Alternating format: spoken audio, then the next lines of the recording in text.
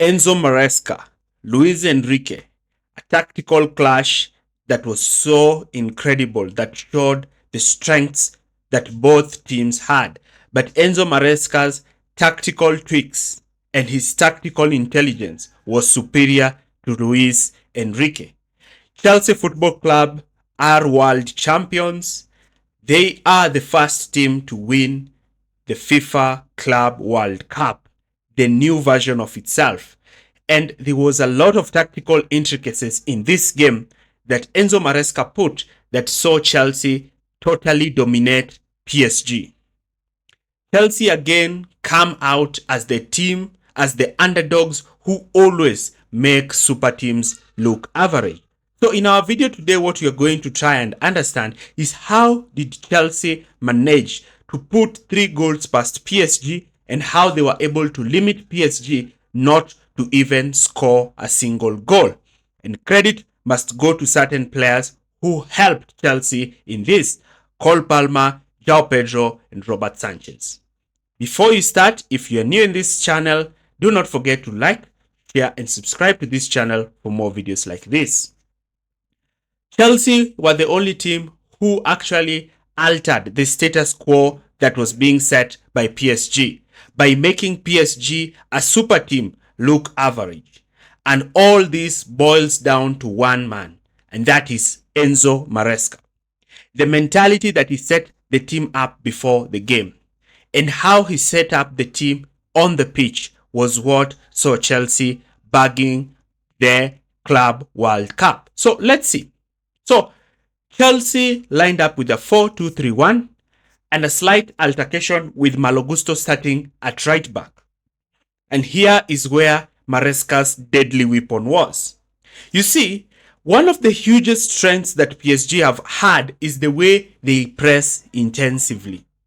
And this press is what came to feast on PSG because PSG like to commit so many players in a press and they want to go aggressive, man-oriented press. And this is where their problem started because PSG are looking to go man-to-man press and they want to be so aggressive that they limit any space and win the ball in dangerous areas.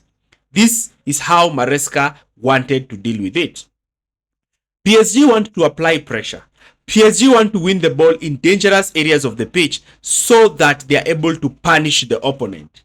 But this was not the case for Chelsea because Chelsea knew how to deal with this press. So Chelsea knew that they never wanted to play through PSG, but rather they used Cole Palmer, who would drop so deep to try and even up numbers so that Chelsea can play through PSG. But that was just a decoy. The main aim was to drag Mendes out of position, then have the secret weapon of starting Gusto to overlap behind Cole Palmer. And now Sanchez, who had a very good game, was able to play balls, especially down Chelsea's right for the runs of Malo Gusto. And this was what actually created the changes in the game because Gusto would receive the ball in these wide areas and then the movement of Enzo and João Pedro will drag the center pads out, allowing space in zone 14, allowing Cole Palmer to receive the ball with space where he could actually score Chelsea's first goal. And this is something that Chelsea did in both of the goals that they did. Here again, Robert Sanchez has stepped out and look at how the center backs have split so that they can actually widen and disorient PSG's pressing traps. The ball is played to Cole Palmer in this zone. Palmer uses his incredible fast touch to actually hold the ball, and you can see where João Pedro is running. João Pedro makes that run. Palmer receives that ball, plays the ball on to Enzo Fernandez. Fernandez, once he receives this ball, he can spot the run of João Pedro. And look at Pedro Neto. He has already left Hakimi and is running towards the left. And now Chelsea, with just 3 passes, they are able to move from their own defensive third to PSG's defensive third in their own attacking third. And a simple pass, Chelsea are now having touches inside PSG's opposition box. And this was clear, and it all started with Robert Sanchez's pass. So because Chelsea kept on creating this problem by always playing the ball behind Mendes, Luis Enrique tried to adapt to this system. And how did he actually do it? He tried to go man-to-man with Chelsea's attackers, especially Fernandes and João Pedro, and Palma, who kept on dropping deep, was now attracting the attention of Mendes. But Maresca also used to push Gusto to move high up the pitch so that Mendes will be caught in two minds, whether to allow Palma to receive the ball deeper or allow Gusto to make that run in behind. And even sometimes in Chelsea's second goal, the ball is actually played to Palma, who's making runs behind Mendes. And once he's able to make this run, he's actually able to find himself in that exact position, with Enzo moving towards the left and João Pedro moving towards the right, dragging the centre backs and freeing up Cole Palmer to dominate zone 14. And the movement of João Pedro and Enzo Fernandez was also crucial to all the two goals that Chelsea scored. And because of this high position that Malo Gusto was occupying, Mendes decided to stick deep and cover that position, because that was the instruction from Luis Enrique. And this now allowed Palma to receive the ball in between the lines. And Palma in that third goal was receiving the ball with no pressure, and he was looking to dribble with the ball high up the pitch. Palma was carrying the ball so high that it reached a point where he was looking to attack that zone 14, then draw in at centre back, and then slip the ball to João Pedro. And once the ball was slipped to João Pedro, it was the end for PSG, because now Chelsea were able to score their third goal through João Pedro. And all this started with the position of Cole Palmer and Malo Gusto. But the game was won in the first 10 minutes, as Enzo Maresca said, and it was won with the way Chelsea looked to press. Chelsea looked to press with a 4-2-3-1, as I said, which was moving into a 4-4-2, with Enzo Fernandez joining João Pedro. And it was so important the way Chelsea pressed. You see, Maresca understood that he needed to match PSG with a lot of intensity, similar to what the blueprint that Unai Emery used when he faced PSG. And their main aim was to shuffle the ball out wide, then apply pressure using the touchline as an extra defender and force PSG to go long. And once they went long, Chelsea won possession. Here you can see Chelsea have moved into that 4-4-2 press.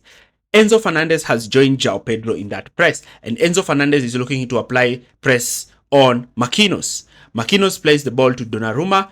Donnarumma plays the ball to Barella, and now the ball is being pressed by João Pedro.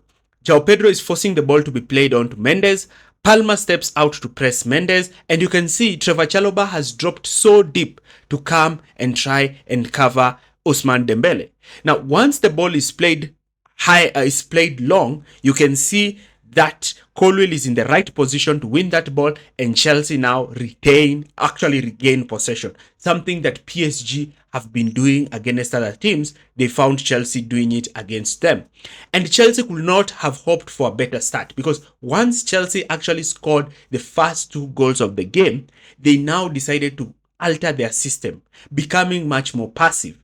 And Chelsea looked to stop PSG by putting Pedro Neto on Hakimi. Neto's influence in this game was so important in that he used his pace and his work rate to deal with Hakimi, making Hakimi to stay out of the game, while Chelsea moved into that 5-2-3 structure. As you can see here, Gusto is now playing as a wing back and Neto is playing as the left wing back. And now Cucurella, Colwill and Chalobah are playing as a three centre backs with Reece James and Caicedo in that midfield. And Chelsea kept on denying that space to PSG. And sometimes PSG looked to exploit the space between the wing backs and the centre backs to actually play through Chelsea. But Robert Sanchez stepped up and held his position. And once Chelsea won the ball, they were so quick to transition. And we saw that in the Liam Delap chances and also some of the chances that João Pedro failed to capitalize. Cole Palmer in particular had the best game. And now he's a player who has scored 6 goals and had 6 assists in finals. And you are seeing that he is a big game player. He steps up when the team really need him. There was a scuffle at the end where Luis Enrique actually punched João Pedro. It was quite unfortunate, but you can see that Chelsea got into that PSG. They disrupted PSG, they disrupted the status quo, and they made it super difficult for PSG. And Chelsea now are world champions and must look to build onto this victory to achieve greater things in the next season.